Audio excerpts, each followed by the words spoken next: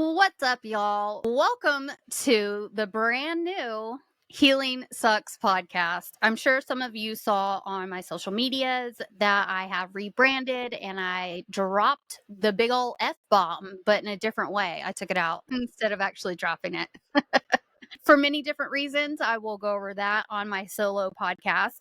But today on the podcast, I have Leslie Wells. She is a connection relationship coach. I have been following her on social media for quite some time now. And every single time I was meant to book with her for an interview or just a phone conversation. Everything in the world happened. Even today, waking up with a migraine. I don't know what it is that the enemy does not want me to talk to Leslie Wells, but she is amazing. And I can't wait for you guys to hear her knowledge. I could sit and talk to her for hours. So today, what we're going to talk about is infidelity in relationships. It's something that most of us have struggled with. A lot of things that we still question. So she's going to give us a rundown. She is a book full of knowledge, and I just want to get it all out of her. So, Leslie Wells, welcome to the Healing Sex Podcast. How are you? I'm so excited to be here, and I think you're completely right. The enemy was definitely trying to keep us from getting together, but we see that did not work. So that's No. exciting. Yep. I'm here today with the migraine. Bear with me. I do want to go into a little bit about who you are, what it is that you do, and how you got to where you are. Do you mind taking us down that journey? No, not at all. So I actually knew from a very young age that I was really interested in relationships and how people worked and how people really navigated conflict. Even like really, really young in like elementary school, I was always sort of the mediator whenever there was an issue and was always really interested in learning people's stories and what helping them through their pain and understanding the psychology behind it. I was one of those kids in high school that read all of the profiling books and was just fascinated with psychology. So I actually went into psychology, got my master's in social work, worked with all kinds of different types of individuals in counseling. I've ran domestic violence. I've worked with both the perpetrators and worked with the victims. I've worked with substance abuse, schizophrenia, different relationship stuff, people that had severe anxiety, even like agoraphobia, couldn't leave their home.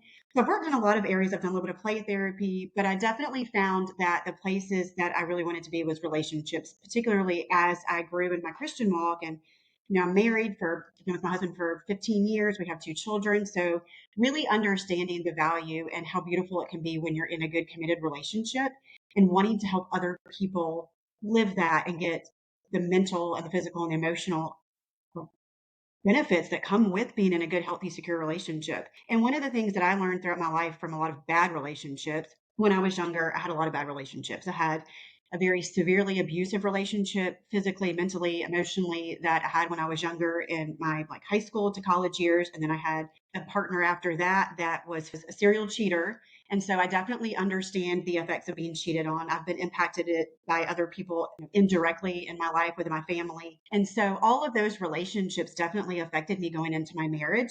And there was a lot of work that I had to do. And then he had his own trauma from his upbringing. And so that's sort of where the attachment lens that I use with individuals comes in. And I really got into the infidelity because truthfully, it just kept finding me. I found that almost every one of my coaching clients had struggled with it in some way, shape, or form.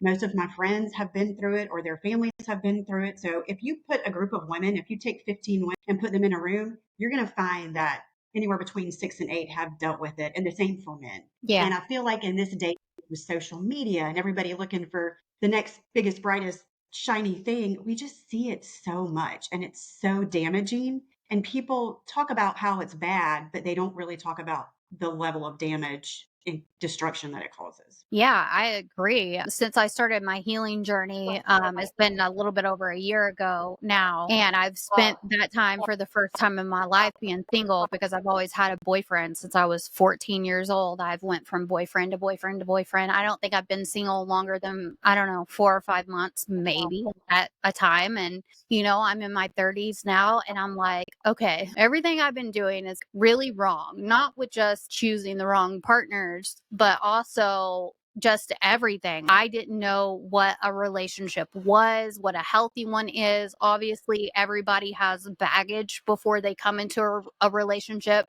How do you really know if someone has worked through their stuff and they're a healthy person?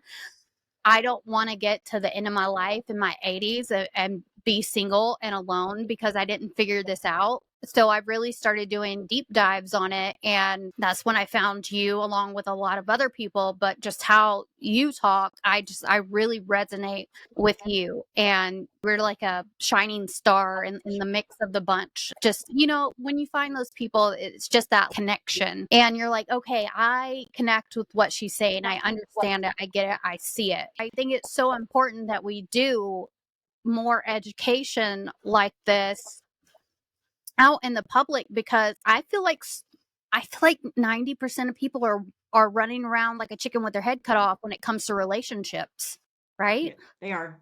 They are. There are a lot of people that are damaged and just doing more damage. Yeah, it's scary. I know that there's a lot of people out there, especially my listeners, that know that I came from a very abusive household growing up with a mother that had highly narcissistic traits and tendencies. And my father wasn't the best either. He was an alcoholic and turned holy Pentecostal. And so I was going to hell for everything I was doing. And I just learned whenever I was trying to gain a real relationship with God, like I've been close to God before, but I was like, you know what? I really don't have a relationship with Him. I don't know what a actual relationship is. I have an idea of what it is. I have an idea of what it should look like, but how do we get there, And it takes a lot of knowledge, a lot of studying, and unfortunately, most of us don't have a family member or a close friend that we can run to for this type of information. That's why I'm so keen on saying be careful who you get your information from, because when we're trying to figure stuff out in life, who do we run to? The people that are closest to us, right? But if you really take a step back and you look, they haven't accomplished it either. Just because it's your mom, just because it's your dad, just because it's your best friend doesn't mean you're going to get the correct, right information that's going to get you from A to Z. Most people are going to send you on a path that is like super zigzagged and all over the place because you're still trying to figure it all out. And so, not that these people are not coming from a good, loving place. I mean, I've given people information because my friends have came to me because they thought I was wise in a certain situation and they've gotten advice from me and I've given it to them. And looking back now, I'm like, I'm sorry. I could have given you way better information had I actually been really educated on this. And I'm sorry, but that's like the world. That's like what we're doing as people right now. 100%. And thank you. One of the things that you said sort of resonated with me was, you were talking about relationship and you were talking about your own personal relationship with God. And for me, it's really hard for us to show up well in our relationships if we don't have a relationship that's good with God. If we get our advice from Him and know what a good relationship looks like and know what we're supposed to look like if we're doing the things that we're supposed to be doing, our relationships thrive. And, it's not just the people close to us that we run to, unfortunately, that give us bad advice. There's a lot of therapists and coaches out there that do not give good advice. There's therapists because of liability reasons that can't say, you're in your way, you're the problem, or it's time to move past your trauma. Like, let's do something and incorporate tools and stop just being stuck here. Or there's coaches that will give advice like, how to get back with your ex or how to manipulate this person to get what you want from them. Well, that's not good relationship, right? If you're manipulating somebody, if you're seeking something out from a relationship that did not serve you or them, like, it's not good advice. That's not what, a good relationship with God would tell you to do. So Yeah. you're right. There really is a lot of misinformation out there. Yeah, there's a ton. I mean, I've known myself since I decided to go back to college. I am studying psychology to become a therapist myself. And I was like, God, please put me on the right path. I do not want to be undereducated. I want to know if I get a client, if I'm going to be able to give them the right information. If not, pass them on to someone else, because the last thing I want to do is to hinder someone's healing journey further than, what it's already been. So, yes, I know people that have been through certain traumas that go to certain therapists that just are not educated in that field. but I guess they're looking for a paycheck, or maybe they just have an ego, or maybe they just don't even know in their head that they're not the best to help with that, And I think that that's why it's so important taking your life, your education, and be into your own hands. And before doing anything, asking God, is this the person that I'm supposed to go to for this? I mean, I've gotten to the point where I'm like, okay, God, what do I wear today? Do I wear this today? Like, I'm just trying that relationship. I'm trying to see where it goes on like every aspect. So, yes, thank you for saying that. I think a lot of people think just because they find a therapist and they go that they're going to get correct information, and it's not always true. It's So, definitely not. And I do try to tie everything back and make sure, even the scientific tools that I use, I still try to make sure that they all tie back to scripture. Because even if I have a client that I'm coaching, even if they don't want the spiritual aspect and I can focus on just the science, I still want to know that I'm in the right and I'm giving them good, solid advice. And so I still will pray before every time I get in a coaching call. A lot of my coaching clients, I pray with them, I pray for them, I pray over their marriages. And we all have to realize we have our limitations. Like I'm in the arena with committed relationships, and I'm in the arena with being able to help people earn secure attachment, even if they're not in a relationship. And I do a lot with infidelity, but there's things that are way beyond my capacity that I don't have time to do the same levels of research and keep getting mentored. And so we have to realize our limitations and know when it's in the best interest for our clients to refer somebody out or find them a different, therapist or coach or whatever is going to work better for them. yeah, I agree 100%. Okay, let's get into the topic of today.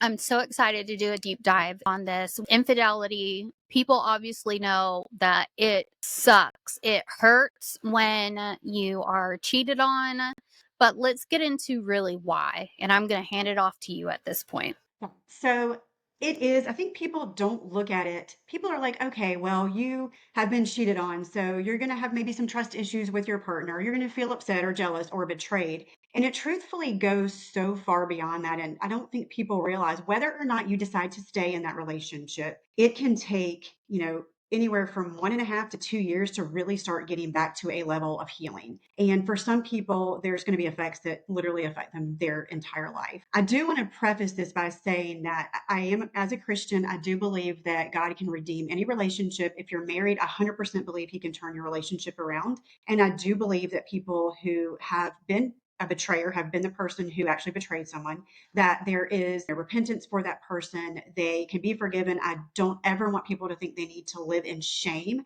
I think it's important for them to understand what they've done to their partner so they can show up better for their partner and have empathy and really understand the damage they've done so they never are tempted to do it again. But I do want them to know that like healing and shame cannot coexist. So if you have done this to a partner, know that you can be forgiven. You can, and also know if you're in a marriage and you're not sure if you can continue on. I see so many people whose marriage is significantly better once they stay and do the work. Like I think the Gottmans have just researched that 75% of people with the right tools, intervention, and help have dramatic recovery in their marriages, sometimes better than relationships that have never gone through this. Because we know that people who stay together a really long time and overcome really hard things have way better marriages, right? Or way better Mhm. relationships. So I want to preface it by saying that. But truly, when a person finds out that they have been betrayed, everything that they know is completely gone. They struggle with their own identity. They obviously have no idea who their partner is. So I've worked with people who have been with somebody for 27, 28, 30 years, and all of a sudden, the person they spent their entire life with, they have no idea who that person is. And it's not just that they don't know who their partner is anymore, it's that they don't know who they are. Like, who am I that I could be with somebody and miss all of this? That I'm either, failing them in some way that I've missed, which is absolutely not correct. The person who does the cheating is always a broken person. There are some people that are just bad people that don't care. Your typical narcissist, they're usually not going to be remorseful. They're usually going to be your serial cheaters. But most people that cheat are not bad people. They've done a bad thing, but they are very, very broken people. People that are healthy and healed and have been raised with secure attachment or have earned secure attachment, even if they're neglected in their relationships, if there's struggles, if there's issues, they're going to put up boundaries and they're going to have different coping mechanisms other than cheating. So typically they're just very broken. But when a person discovers that they have been betrayed, it's not just their future that is completely wiped away. In that moment, they're like, well, what do I do? I have to make the hard decision of detaching from my partner, the life that I had planned, the future they had planned. Maybe they're, a stay at home mom and they rely on their husband, or maybe it's a husband who's gone into business with his wife, or whatever it is, whatever their future looks like, it's completely gone and completely changed. Whether they have to make a decision for their children to wake up with only one person in that household every day instead of two, or when you're with somebody for a long time, you picture like growing old and sitting on the porch and having a cup of coffee. All that's gone. All of those dreams and hopes and desires are gone. But the trickier thing, I think, is that your past is gone. You don't know anymore what was real from your past. So all of these moments, when you go back and you look at pictures and people look at memories or dates or holidays or anniversaries or trips that they celebrated together, all of a sudden it's like, was that real? I thought we were happy. I thought we had a family. I thought we were building a life. I thought we were in a good place. But were we? Because at that time, this person was text messaging this person, sending pictures on a dating app. This person was, checking out multiple women all the time and in chat rooms. Nothing is real. Your whole perception of your reality is just disillusioned. And that's something that is extremely tricky, I think, to deal with. So that's just one of the things. The other thing, a lot of times, what people will deal with is all of a sudden their identity is gone. They don't know who they are. They don't know what they want to do anymore. They all of a sudden are in this place of self loathing, similar to somebody who is in an abusive situation and they finally escape. And I think society is really bad about being very harsh when someone does decide to stay and work it out. They consider that person to be weak or a doormat, when in reality, it takes a lot of courage to do that. And people usually do that because they want to honor their marriage, or maybe they believe in forgiveness because they're a Christian, or they want to keep their family intact. But society will very much a lot of times look down on them. So then they have all of that pressure and they feel even more worthless and even worse. Now, if they have actually seen an affair partner or multiple affair partners, then they have the trauma of comparing to that person as well, which is obviously terrible to deal with. Yeah. We know that when a person deals with it, their trust is gone. We know that they don't trust their partner, and that may or may not come back. Truthfully, when I coach people, I don't worry about getting trust in their partner back immediately. We find ways to help build trust and to build safety over time. But truthfully, my goal is for them to learn to trust themselves again. So 76% of people that go through infidelity do not trust anybody. Like there's not a soul that they trust. The whole entire world feels unsafe. If it is a husband and his wife cheated, he doesn't trust any other women because the person he trusted the most, that's a woman, betrayed him.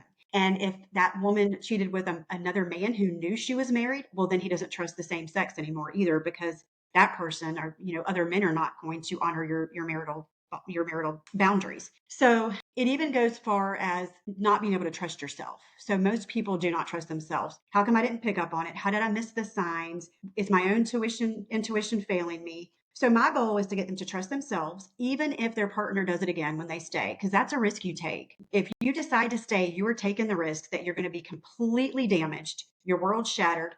And I almost think of it like so severe. If you crawl up on an altar, lay there with your throat upturned, and you're giving them that knife and you're saying, I'm showing up again and deciding to stay, are you going to slice my throat again or not? I mean, you're really risking everything again. It feels that scary to somebody. And so they have to be able to find some sort of trust in themselves to be able to put themselves in that situation. So I very much work on that. And then I work on, if it doesn't work out, if you get hurt in this way again, we're going to get you so securely attached, so equipped, prepared, and self secure that if it happens again, you're okay and you can move on and you'll survive this time. You won't stay and be re traumatized. And then I really try to rebuild their relationship and their trust with God. Because here's what I know, if you're in a Christian marriage or you're in a Christian relationship, God will not be mocked. You cannot imagine the amount of stories. And I hear this a lot from women where they just know before anything comes out, before there's a reason, there's a nudge in their heart, there's a suspicion, there's dreams, visions, there's all these things that tell them something's going on. And I Yeah. personally believe that comes from God. A lot of it's intuition too, but God won't be mocked. So if you're in a Christian marriage and you're claiming to walk with God and you're out having an affair, that's going to come to light. You can count on it. You're gonna get caught. And so I try to get them to trust in God, that God will show them and then he will get them through it. So the trust is a thing. What it takes away, speaking on that same thing from a Christian perspective, it ruins sexual intimacy. So that's supposed to be a safe, sacred thing. That's like the seal of a covenant for your marriage. And to have that tainted and have the demonic come into that is just absolutely devastating. So, one of the things that can happen after infidelity is something called hysterical bonding. So, there's two ways it can go, and it can be a mix of these things. But a lot of times, someone will be so utterly disgusted and repelled that they want nothing to do with that person again. And the opposite can be that the brain is always looking for safety. Your brain's job is to keep you safe and to get your needs met. And a disconnection in your most prioritized romantic relationship, that's a safety alarm. Your threat detection center in your brain is going off, and all it wants to do is get back to safety. So sometimes you'll see hysterical bonding where they cleave and cling to their partner Yeah. instead of pushing them. And that can play out a lot in the sexual intimacy part. So they'll actually engage in that more. Now, where the real trauma comes in is, let's say, so similarly to PTSD and complex PTSD, there's what's called post infidelity stress disorder. And they have the similar things. And if you look at a brain from a domestic violence person who's been through domestic violence and narcissistic abuse, you'll see a lot of these similarities. But if you look at them, you have a lot of the same symptoms. So the nightmares, flashbacks, obsessions, rumination, constant triggers. So imagine this has happened and it's been a physical affair. And even if it's an emotional affair, you don't trust this person. So your mind's probably going to go to the where, when, how, with the, assuming that it turned physical. There's just no trust. So there's all of these obsessive thoughts that these people cannot get out of their head. So one of the things that I've gotten a lot with the intimacy thing that I just think is so terrible is something that was once so sacred. When they're spending time with their partner, all of a sudden these thoughts are coming in of them being with another person. And those are like clear visions for a lot of these people. And I just think that that is so absolutely devastating that that part of their life and their relationship is affected in that way. So that's another thing that gets really bad. There's an extreme hypervigilance that takes place the same way that you would see with somebody with PTSD, where they'll really get obsessed with checking out the affair partner or partners, finding more messages, finding more pictures. They become an investigator overnight and they become obsessed. And women are really good at this. I Women did can that. find absolutely, and it's obsessive, right? Yeah, I couldn't stop myself. I felt like it was like a drug. Like I had to like feed that monster. Part of that is it's a lot easier for the brain to process facts and focus on the facts of the affair than it is for people to sit in the feelings and experience the feelings and the pain of it. And you're right, like within minutes, a woman can tell you like where you were at, what truck that person drove, where their family lives. They are on it, and that becomes very obsessive. And that's part of the fight or flight where they're literally like working double time to problem solve and get more information and focus on the facts versus the feelings. You'll see a lot of times where their faith is questioned. So somebody who is a Christian, it will make them question their faith. Where was God in this? Why did God allow this temptation or the enemy to come into my marriage or my relationship? Why was the Holy Spirit not speaking to my partner where they were nudged and knew better? Like, it will completely take people where it affects their spirituality. And to be able to affect someone else's walk with God and their faith, that's just a terrible thing. And Yeah. I don't want to make it sound like the only trauma that happens is to the betrayed, because the betrayer does go through their own trauma too. They can go into fight or flight or freeze responses as well, but they also have the trauma of seeing that they have completely shattered somebody else's world. And they have the trauma of knowing of cognitive dissonance. They've got where their actions do not align with their values or their beliefs or who they believe that they are. And now they've got this thing that proves to them they're not who they thought they are. And they're probably somebody that they think is bad and disgusting. And so they really can get stuck in this root of shame and guilt that if they don't get out of, they can't really repair and heal themselves or heal their relationship. But they go through a lot of their own trauma too. If the family falls apart or they lose their partner, they have to deal with that. And that is traumatic in and of itself. One of the things that's traumatic for them, I think, is before D Day. I call it D Day. So Discovery Day, when everything comes out and the affair is revealed or somebody finds out, they live in this place where they can easily compartmentalize. they have to, right? Because if not, you can't continue looking yourself in the face knowing what you're doing to somebody that you care about. So they very much will compartmentalize. And when it all comes out, they've been living in secrecy and lies and just carrying this heavy burden of doing what they're doing. People look at somebody having an affair and they're like, oh, they're just living their best life. They're having their cake and eating it too. In reality, that's not usually their inner experience. In No. reality, they are so torn. They're damaged. They know what they're doing subconsciously. So when it comes out, there's this freedom and this burden that is gone. Unfortunately, that burden is transferred to the other person who then is probably going to carry that in some way for the rest of their lives. The triggers are another thing that is similar to PTSD. They have constant triggers. If they saw where a song was sent to a partner every time that song comes on,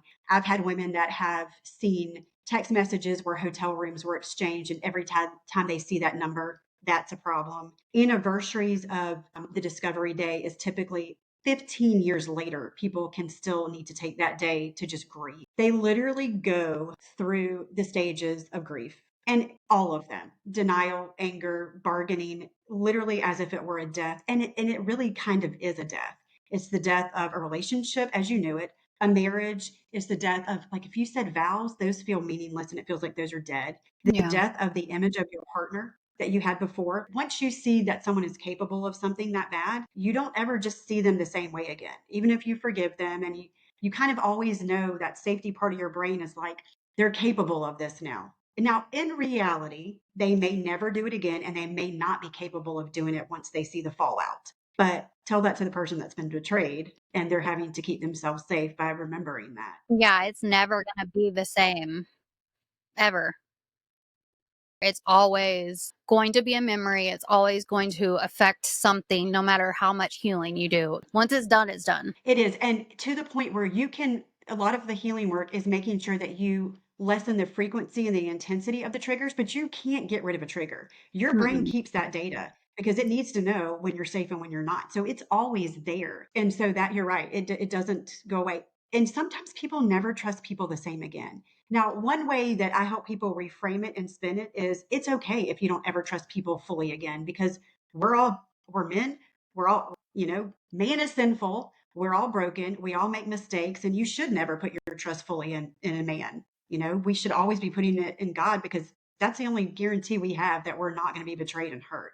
No matter how much we love somebody. I mean, I've never betrayed my husband, but I betray him in little things every day: when I raise my voice, when I get nitpicky, when I don't give him the benefit of the doubt. You can always count on people to break your trust and hurt you. So maybe we shouldn't be ever trusting people fully anyway. And that's okay if we can't. We can put our trust in God, and we can be healed in that way. I like that. I like that twist. I think it's hard in the society that we live in today, where now that I've got my life back on track and I'm back working on my relationship with God, it's like, looking back now, I can see, like, I wasn't married. I entered into a relationship and, was doing things that I shouldn't be doing in a relationship outside of marriage. And the person that I was with was married and a youth pastor, but I didn't know any of this stuff, right? So I was told that he was separated, that his wife didn't live at home anymore, and that she lived with her sister, like all these things. But I have a hard time of going back and going, like, well, I was raised knowing that, like, I shouldn't have sex outside of marriage, but everybody did it, including everybody that was telling me that you shouldn't do it was still doing it, except for maybe like my pastors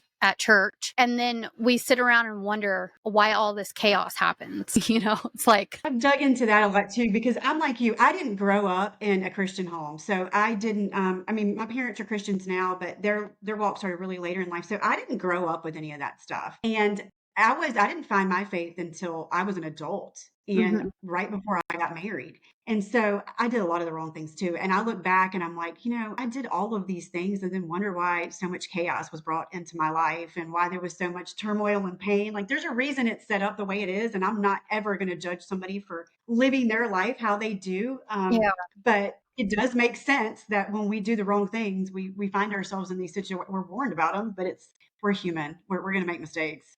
Yeah, I mean, listening to God is like listening to our parents. Like, whatever our parents tell us not to do, more than likely we're gonna, like, try to do it because we wanna see why we shouldn't do it, because I think our brain really only learns by experience a lot of times. I mean, there's some things, major things, like committing murder or something like that, like, you just know. But there's other things that you really don't understand how devastating they are. And a lot of times I think we feel restricted when when they're just our parents or God are trying to protect us because they know the outcome, they know what it's going to be in the future. But we see it as like restriction, like, Yeah.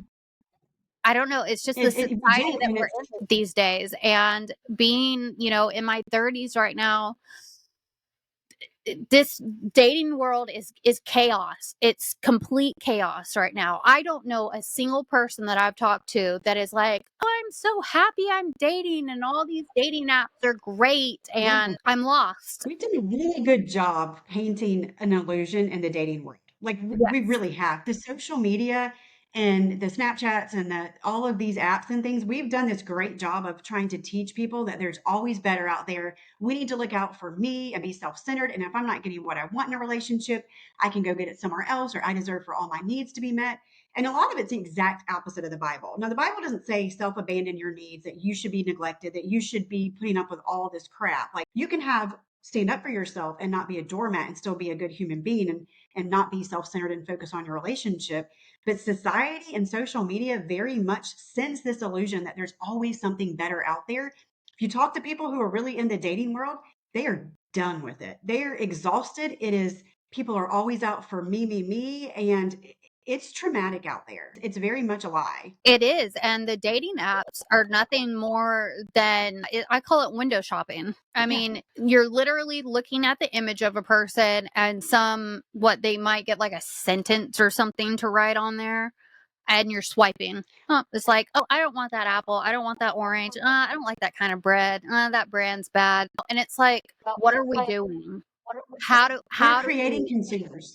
Yeah, We're creating consumers instead of teaching people that, like, like what the Bible says about marriage and relationships, that you're supposed to give. So, he says that like a marriage, for example, should reflect the relationship between God and his people, or God and his church.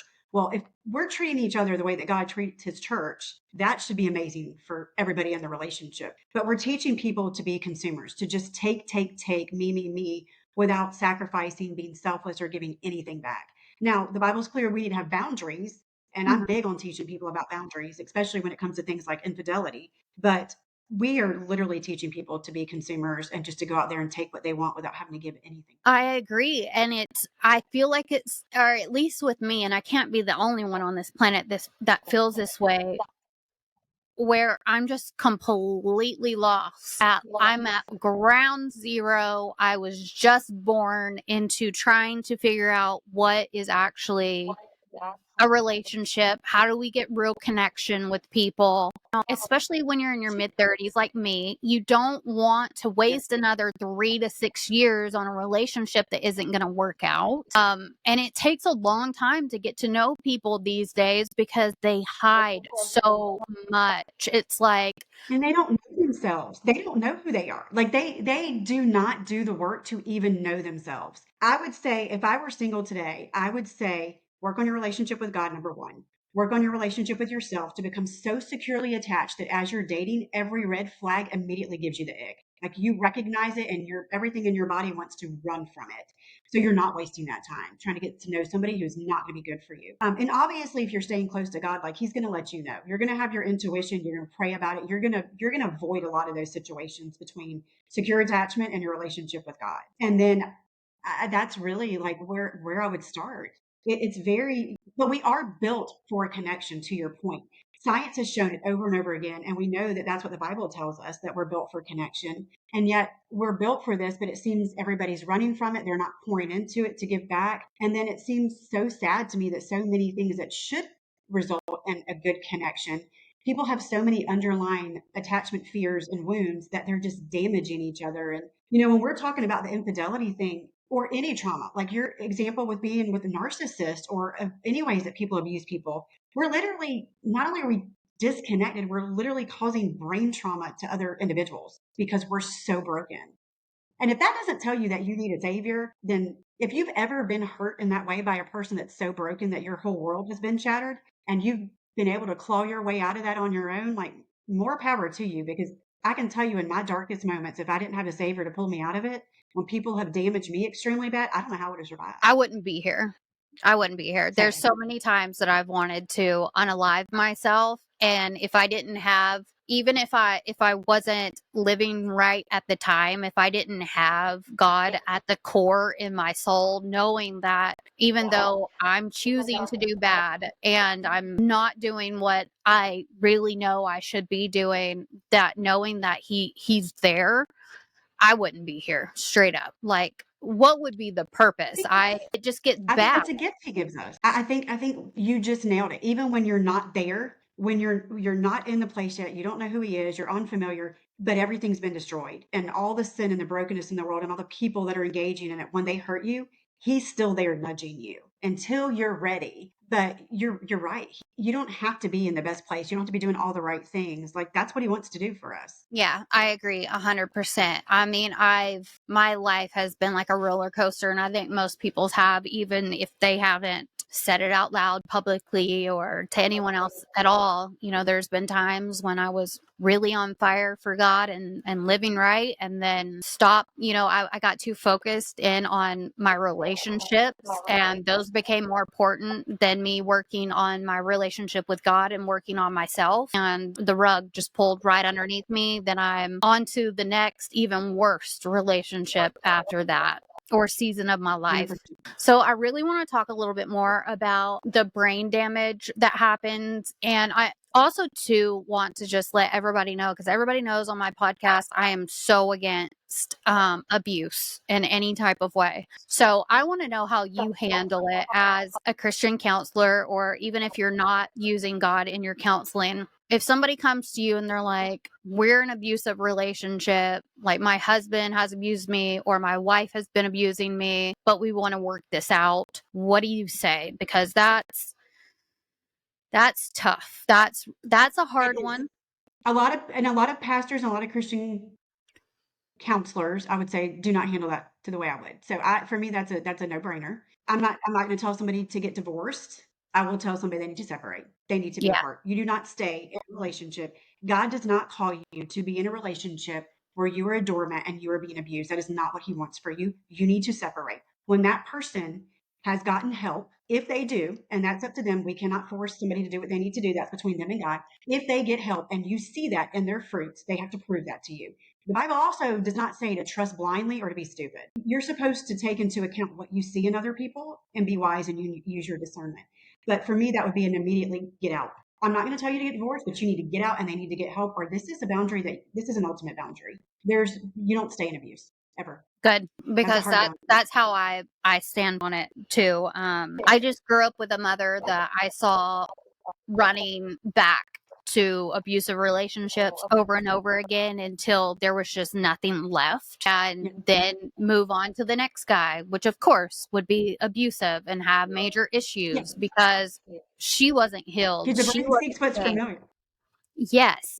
The brain will see what's familiar. You will reenact it. And truthfully, for me, if you're staying in an abusive relationship, when you're talking about your mom going back and going back and back, part of that from a spiritual aspect is you do not know your identity in Christ if you think that that is what where your value and your worth is. Yeah. You need to work on growing your identity in Christ because that is not who he says you are. I mean, he Yeah. says that you are a daughter and a king and a victor and you have the power of Christ in you. He does not like you're too worthy to be in that situation. Yeah, I agree. But this is how it trickles down though. So even I saw that growing up, and even though I knew it was bad, I didn't know about negative comfort zones. I didn't have that type of language or education or wisdom. I didn't have any of these things. So even though I said I will never put myself in a relationship like that, I You still did. ended up there. because we learn by what we see in action We when do. we're growing up. We don't listen to people's words. What we see We don't. repetitively over and over again is what we're going to end up doing. Yes. And it develops your attachment style, which you carry forward into your adult relationship. The guy that I told you cheated on me repetitively that I never actually caught him, but I knew it in my gut. I knew it. My discernment told me. And so finally I was like, I'm done. And I moved on and found out like immediately after one of his best friends told me. But here's the crazy part is he lost his mother very young, and that was traumatizing. He was very close to his mother, and he hated his dad because growing up, his dad was a cheater, a serial cheater on his mother all the time. Clearly didn't heal his own wounds or look at himself. And he would take him along on his trysts, and he despised his father for that. However, he went on for the rest of all of his relationships to do the exact same thing. It's It's crazy, but it crazy. is. It plays out. It's so crazy because it's like we think we know, but it's like if you don't actually do the work, like the inner work and have a relationship with, God saying, "Hey, like hey homegirl, like take a look at yourself, what you're doing. Do we really want to repeat this?" Then you're, like I said, running around like a chicken with your head cut off. You're just going to do what you know, what's been stored in your subconscious. And even though it's a negative comfort zone, even though it destroys our nervous system, I mean, there was times in my life where if I didn't feel bad, I didn't know how to feel because I only knew Yeah. how to feel bad. I only knew how to feel Yeah. sick. I only knew how to feel negative, and feeling good didn't feel right to me. I was so Yeah. used to feeling bad and doing the chemicals that our brains and our nervous system and our body lets off. I was so addicted to those that when I got the stuff from the positive ones, my body was like, I don't know what this is, and Boring. I don't know It's what to do with it. boring. Yes. Yeah, you're like, "This is boring." I'm not like, I've done the same thing. When I went out of my really bad relationships and had finally a good, safe, secure one, I messed it up. I completely self-sabotaged that because I was like, "This is boring." Like, I didn't know how to sit in something unfamiliar that was safe because I hadn't done my work. And one of the things that you mentioned with all of those chemicals, very much what happens with infidelity is when you're in a good, secure relationship, you get this natural level, and it's a consistent level of like oxytocin and dopamine. And whenever you find out that there's been an affair, whether it's emotional or physical or pornography addiction or whatever it is, that significantly decreases. So you literally go through withdrawals like you would if you were an addict and you're going through withdrawals. That's one of the ways, like you were saying, the nervous system is affected. Yeah, it is. And it's something I think we don't really realize. Like, we have to become so self aware. I'm probably annoyingly self aware. I ask myself all day long, every day, okay, I'm bored right now. Why? Is it because I feel good? Or, like I have to have these conversations with myself all day Yeah.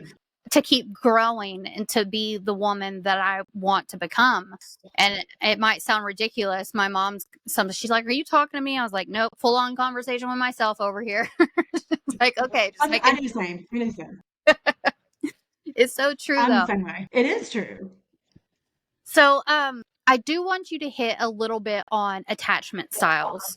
Do you mind going through Okay. some of the attachment styles? No, so there's 4 different types, and they go on a spectrum. So no one's gonna just fit perfectly in one of the boxes. They do go on a spectrum, and they're pretty much set from childhood, but they're not fixed. So if you have an insecure attachment and you work really hard, you can earn secure attachment. So the first one is secure attachment, and that's the people that were so blessed that they grew up in like a normal, happy, healthy, secure home. But then again, you can also earn it, which is what me and you were talking about, that we've done our work and we're doing our work to earn secure attachment. But typically, securely attached people, they navigate conflict well. They don't avoid conflict, but they're able to show up in it kindly and respectfully with curiosity. They're able to ask for their needs to be met. And if they can't get them met in one partner, they will find different places to get them met appropriately. They work hard to meet their partner's needs when they're in a romantic relationship. They're able to share openly, but they don't like overdo it with trust. So they trust reasonably without just giving, their trust to somebody on the street. And they're very much able to find good, healthy coping mechanisms and way to work things out. So typically you will not see securely attached people cheat. and you will not see them find somebody who's a cheater. Securely attached people, like I said earlier, they really are very deterred from people who do not come across as securely attached. That's an immediate red flag for them. Now, there's 3 insecure attachment types. So if you look at the spectrum, in the middle, we have secure attachment. On the far end, we've got anxious preoccupied or anxious attachment. So you can kind of move anywhere. You can be really bad off or just a little bit mild. And then on the other end, we've got dismissive avoidant or avoidant attachment. And then we have the fearful avoidant who can sort of go all over the spectrum. They're the most complex because they have traits of the avoidant and the anxious. So the anxious preoccupied, they grew up in a situation with intermittent reinforcement, which is what causes addiction. So gambling, addiction, pornography, all of the things that have to do with addiction comes because of intermittent reinforcement. So in their childhood, they had a parent or parents that were not able to meet their needs consistently, whether it was substance abuse, a mental health challenge, whether they were not able to be physically present at times, but they would receive their love, their nurturing, their attention. They would get their needs met sometimes, and they would get addicted to that because it could leave at any moment. And keep in mind, when you're a child, you're completely at the mercy of your caregivers to get your needs met. So that's extremely important. And then other times their parents were not able to show up for them at all. And so they would end up with severe anxiety, wondering when I'm going to get that back. Is it coming back? So they get very attached to people and they get very clingy and very needy because they're always afraid they're going to lose that and get rejected and be left alone. So, very much in adult relationships, these are the people that are people pleasers. They tend to manage everyone else's emotions. They tend to become chameleons for their partner. They want to be who you want them to be, and they don't engage in conflict. They'll back away from conflict because they want to make sure that the relationship stays stable and secure because their biggest fear is being alone. They do not want to be abandoned or that relationship end. They need constant reassurance that the relationship is secure and that their partner is secure. Now, they will cheat for different reasons than some of the other attachment styles. So when I'm helping somebody who maybe was the betrayer, then I'll look at to figure out their why, we'll look at some of their attachment wounds. So for an anxious, preoccupied individual, they have very low self-worth. And so sometimes they will do it to increase their self-worth and get validation.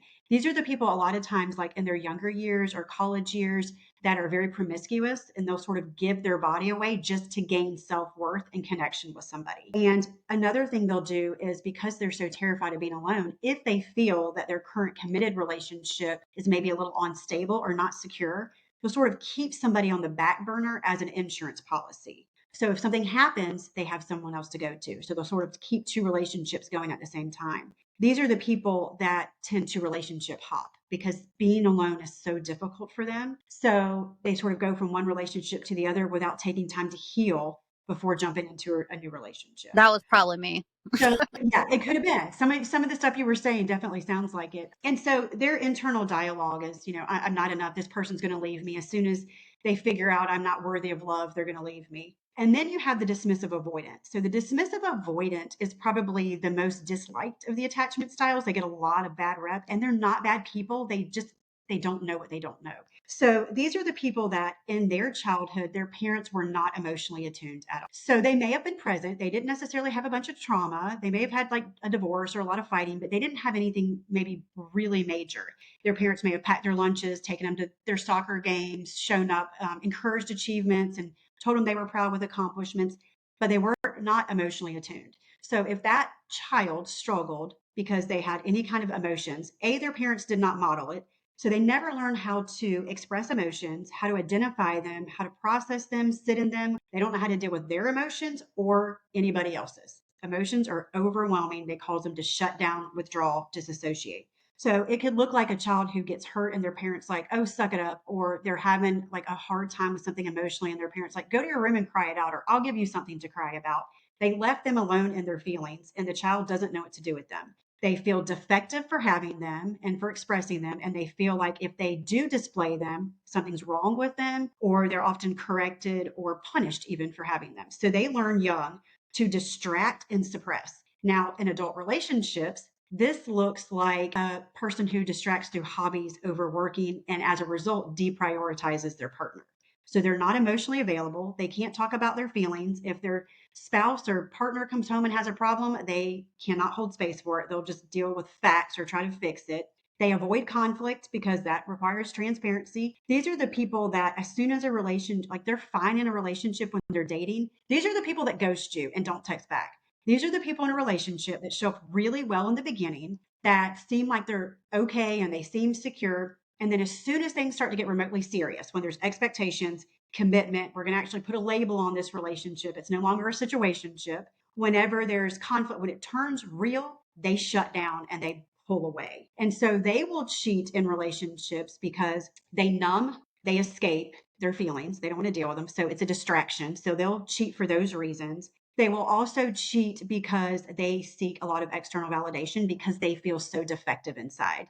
Their internal dialogue is, I'm a failure. I'll never get it right. I'm not meant for relationships. I can't meet my partner's needs. I'm always messing up.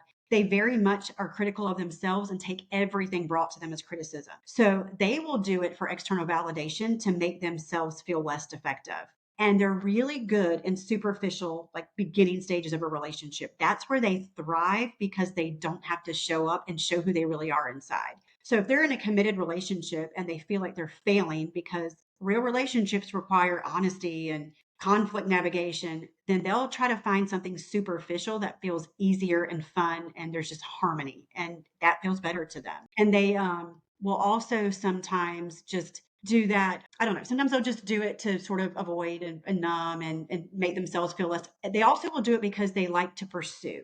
So the pursuit of a relationship in the beginning makes them feel accomplished. They've accomplished something, they've achieved something, and that sort of builds that defectiveness wound. If they're cheated on, they typically are not going to do the work. There's two things I think will happen that I usually see. Either they convince themselves they knew this was going to happen, the relationship was always doomed, they're not meant for relationships, and they're done. The other thing that can happen is if they really are truly in a committed relationship that they really truly value, a lot of times this will be the one thing, the threat of the loss of that will kick them into gear to sort of begin their self work and their self reflection. And then the last one is the fearful avoidant. And they are someone who carries around this betrayal wound. They do not trust people. They do not feel like love is safe. And that's because their parent, one or both, they usually do have trauma in their childhood, but typically they learn that people cannot show up for them well, that they're going to betray them by not meeting their needs. Their big core wounds and needs are feeling seen, heard, and understood. That's super important to them. They really need safety and reassurance. So these are the people that, unlike the dismissive avoidant, they crave intimacy, closeness, connection, and a real relationship, yet they're simultaneously terrified of it. So there's this constant push-pull dynamic where they will lean in and want it, and then they'll get scared when it's feeling good and they'll back away and shut down. So they will display the whole spectrum, the anxious and avoidant tactics. They really do not do well when they feel unheard or their needs are not getting met. So if they are chronically neglected and they feel like they're really not seen, heard, or understood for a long period of time, they will sometimes cheat for that reason. Or they carry this deep, deep pain. They really wear their pain a lot. They are very big feelers. So if they feel like you have hurt them, they a lot of times will hurt you back because subconsciously they feel like, well, if I have all this hurt, if I can hurt you back enough for you to feel it, how deep it is for me, then you won't do it again. You'll get it. So you won't hurt me in that way again. The problem is, so like if somebody cheats on them, a lot of times they will cheat back to get back at them, to hurt them.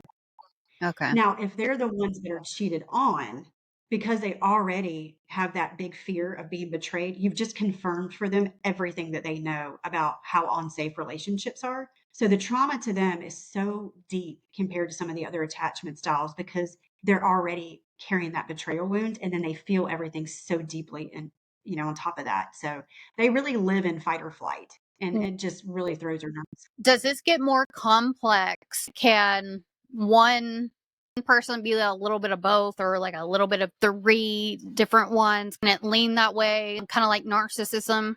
And then also, what type of testing can someone do or in order to find out what type of attachment style they have? So, yes, they can kind of vary. So, they're not going to fit perfectly into a box. Now, you're not going to see a dismissive avoidant turn completely into an anxious preoccupied. It's not fixed, but you're going to kind of see the same patterns from childhood on until they do some work.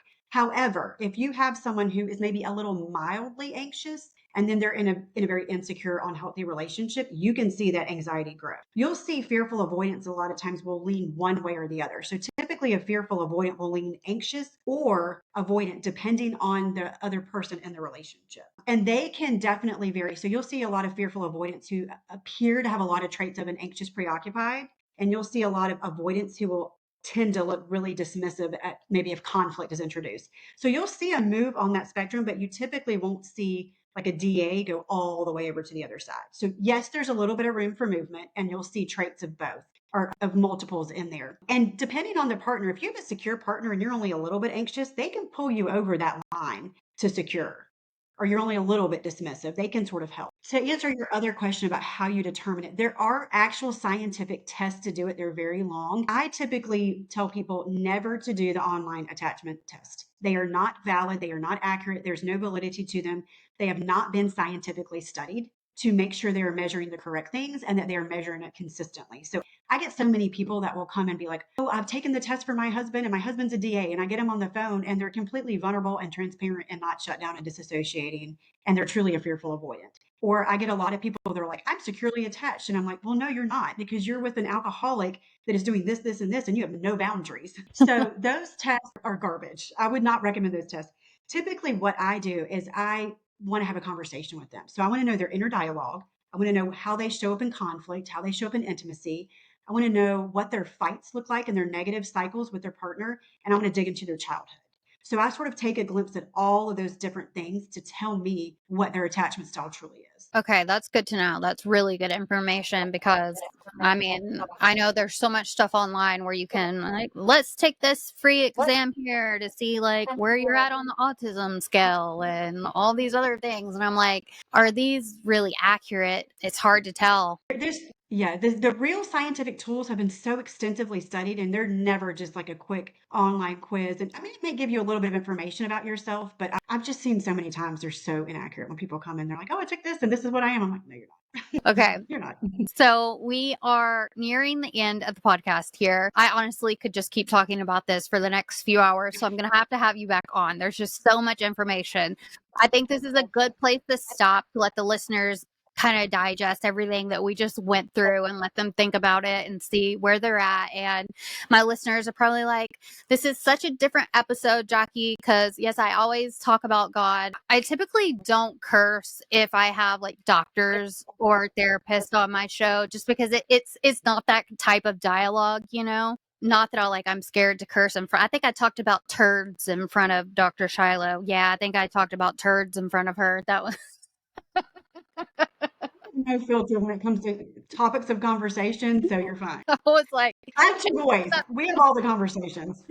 yeah, at the end of that podcast, I was like, did I just talk about poop with Dr. Shiloh? I absolutely did. Whatever it be, would it be? Tell all the listeners where you can find you. And I'm going to, of course, drop all of your links in the show notes below, as always, so the listeners can just click on it and then boom, there you are. So tell the listeners where they can find you and like what services do you offer? Are you only online? Are you in person? Where are you located? Those types of things. So I do, it's Leslie Wells Connection Coach, and I'm on TikTok, YouTube, Insta, and Facebook. And I also have a website, same thing, Leslie Wells Connection Coach. I do packages for one-on-one coaching. I do couples as well, but I usually prefer to start with an individual before we get you together as a couple. So I do 45-minute sessions. They're all virtual, but I also offer access to me via email if any crisis comes up or you need scripts or you need guidance or you're just finding yourself in a trauma response in between sessions. So I do individual sessions, monthly sessions, and then a package of 3 months if you know you've got some deep work to do.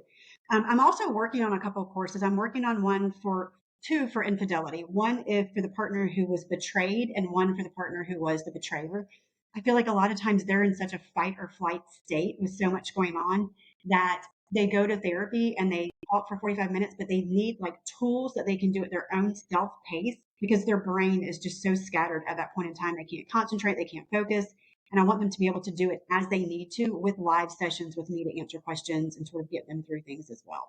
So I'm working on that as well. That's nice. I love that. Yeah, I I think that especially in the world we live in today, it's easier for us to just move on and not work through situations that we're in because everything's so fast paced. The world doesn't really give us time to do that healing. So it's easier to just start over in a different scenario, which typically, if you don't do the healing, it's just going to be the same situation, different face type of thing. So that's why this Absolutely. podcast is all about healing, because everybody knows that I was lost, and I'm not as lost as I was, but I'm getting there. Anybody that can help somebody else has usually been a little bit lost themselves and has walked through it, and that's why they're able to help other Oh, people. well, yeah, it's like if you get lost on a trail and you find your way, there's no markings. The only people that can walk you through that are people that went through it and found the way out, right? So Absolutely. I did want to take a second. I know that our world right now is kind of going crazy. We have Hurricane Helene. We have another hurricane coming in right after. I am in Georgia, so we did have power outages. We didn't have any flooding in my area, but I do know that there's people in North Carolina, there's people in Tennessee, there's people everywhere right now, Florida also, that are just in pure devastation. And I just want everybody to know that I'm thinking about you. I'm praying for you. You're in my thoughts every single day. We do have the presidential election coming up. Everybody that watches my TikTok knows that I do not talk politics. The only thing that I do ask is for there to be kindness during this time and to pray about the situation. I'm not telling anybody to lean one way or the other. I'm saying get closer with God, use your discernment, stop listening to the media. It's all fake. And the most important time right now is to become closer to God and to learn his voice, because everything around us, if you're having a fact check, and even if is that fact check right, everything around us is just surrounded with confusion and lies. And that's why everybody is arguing, because nobody really knows anything. So that's why it's so important to be so close to God right now and think outside your box, and remember that there's a ton of people really going through some really bad situations right now. They just lost family members, they lost their entire lives. And so be grateful if that is not you. And if there's any way that you can get out and help, please do that. I've been looking into organizations that I can get out and help with myself, but always check on your neighbors. We're living in a very uncertain time right now. And I think it's just important as people to pull together and stop dividing each other over stupidity, honestly, is what it comes to at the end of the day. I think it's stupidity. We just have to realize that we're people and we're all that we have, and we need to pull together and come together as a community, as a country, and that's the only way that we're all going to heal people. So that's what I have to say on that. And with that being said, do you have anything you want to say, Leslie, before we're out? You have like a positive anything, or Completely agree. I would encourage you guys. I saw on TikTok the story of the poor family, the mom who her parents and her son were taken away on the roof. They were swept away and she lost them. yeah. Her and her sister were on the news, and their story was, I mean, I sat there and I just cried this morning when I saw it. But their story about their faith in this time and leaning on God, and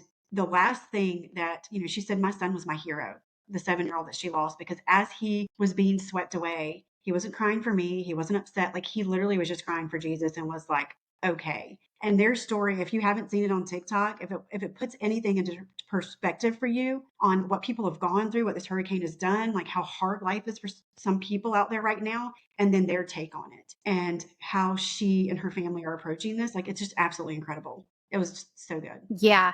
Yeah. I mean, I think we've gotten to the point in life where it's just so easy to take every day for granted. And we don't realize really how short life is and how quickly it can be taken away from us. And we're not ready. We're not prepared. So be ready, be prepared by getting yourself right with God, and just look out for your neighbors. I don't care if you guys have differences, different views on politics, or if you don't even like the same color, or if someone likes a Ford and someone likes Chevy. I just stop it. Just, we're people and we need to connect. So Thank you so much for coming on the podcast today, Thank Leslie. you. This was such a great, inspiring episode, and I hope to have more like this. It was very uplifting. It was very soul-filling for me today. So I will see you all next week. And Miss Leslie Wells, we will have you back on. Just saying, I'm going to be contacting you. Thank you. All right. Bye, everyone.